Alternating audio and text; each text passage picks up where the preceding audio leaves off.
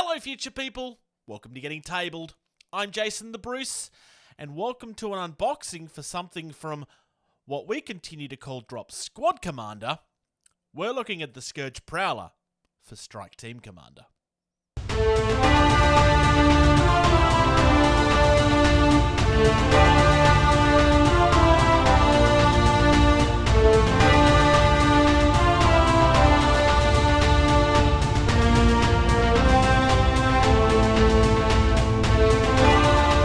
So, for those of you that are not aware of why I'm making that remark earlier in the video, there is a game that's in the works at the moment by TTCombat. We don't know exactly when it's going to be released, but periodically we're getting teasers of upcoming miniatures that you're able to buy as timed exclusives for events and so forth. I actually have 2 of them that I organised to get with a recent order that we did locally.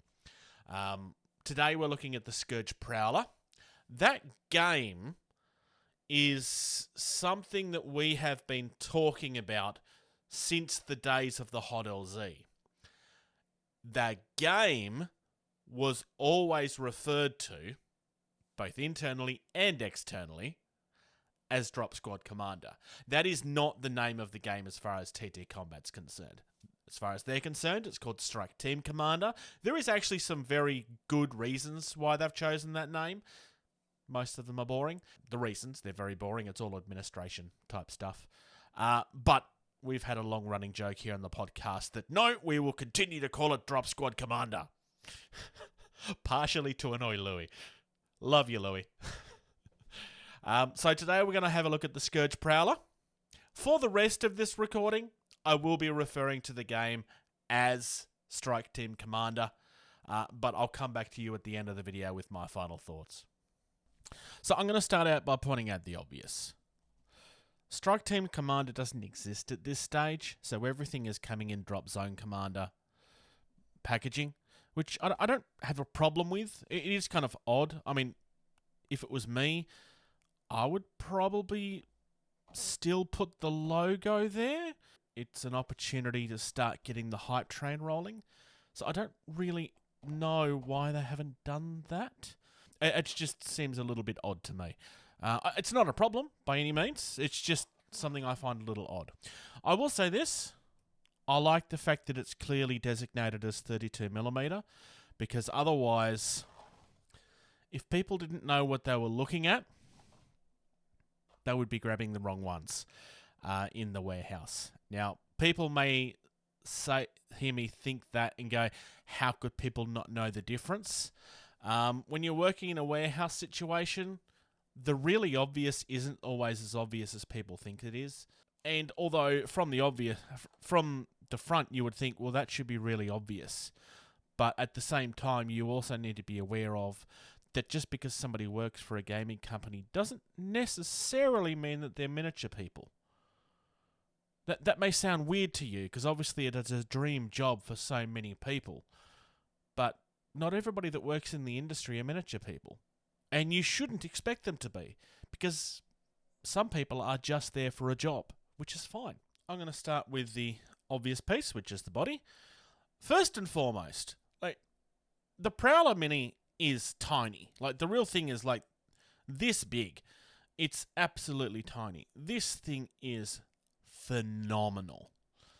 Having to essentially, you would have to have redesigned this entirely to get this to look this good, because you can't just embiggen something and expect it all to work. That is not how physics works, for starters. But also, you would have lost a lot of detail doing that. I love how this looks. One thing I'm sure is going to make George very happy is look at those dots.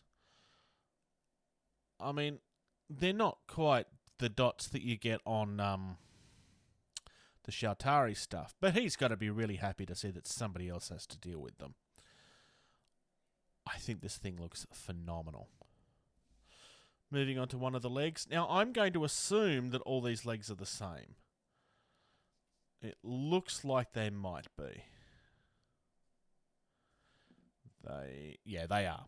So Again, lovely dots there. Just really, really nice, honestly.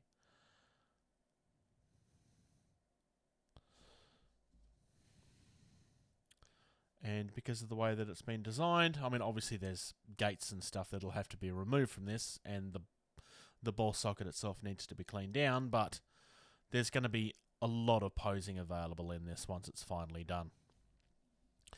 The last piece is this weapon, which... just trying to figure out how. I'm guessing it just kind of goes like that, sort of. No, it's going to go that way. So that little plug there will go in here. And you can see how that's going to fit in. It looks like it might even fit in pretty smoothly, honestly. It's a very easy way of actually getting it to swap over from one to the other. It's really, really, really nice.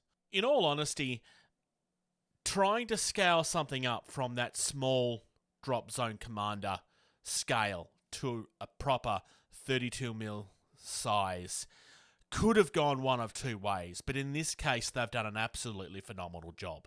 Dave has always been very, very good at his sculpting. There's never really been anything that I've seen from him that wasn't phenomenal. And this lives up to that as well. Obviously, there's still a lot that needs to be done for StrikeTeam Commander as far as we know in the public eye. When that time is coming closer, I'm pledging now that we will definitely be doing more work to hype it up at around that time.